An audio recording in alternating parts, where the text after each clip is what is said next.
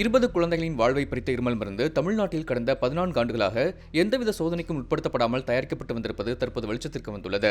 காஞ்சிபுரத்தில் தயாரான கோல்ட்ரிப் இருமல் மருந்தால் வாழ்வை இழந்த குழந்தைகளின் எண்ணிக்கை 20ஆக உயர்ந்துள்ளது. இது தவிர 5 குழந்தைகள் சிறுநீரகம் செயலிழந்து தீவிர சிகிச்சை பெற்று வருகின்றனர். இந்த விஷ இருமல் மருந்தை தயாரித்த ஸ்ரீசன் நிறுவனம் 2011 முதல் காஞ்சிபுரத்தில் செயல்பட்டு வருகிறது.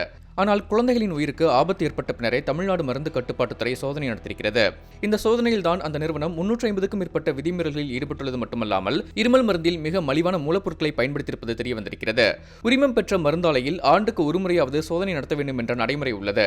ஆனால் தற்போது வரை அப்படி எந்த சோதனையும் நடத்தப்படவில்லை என கூறப்படுகிறது.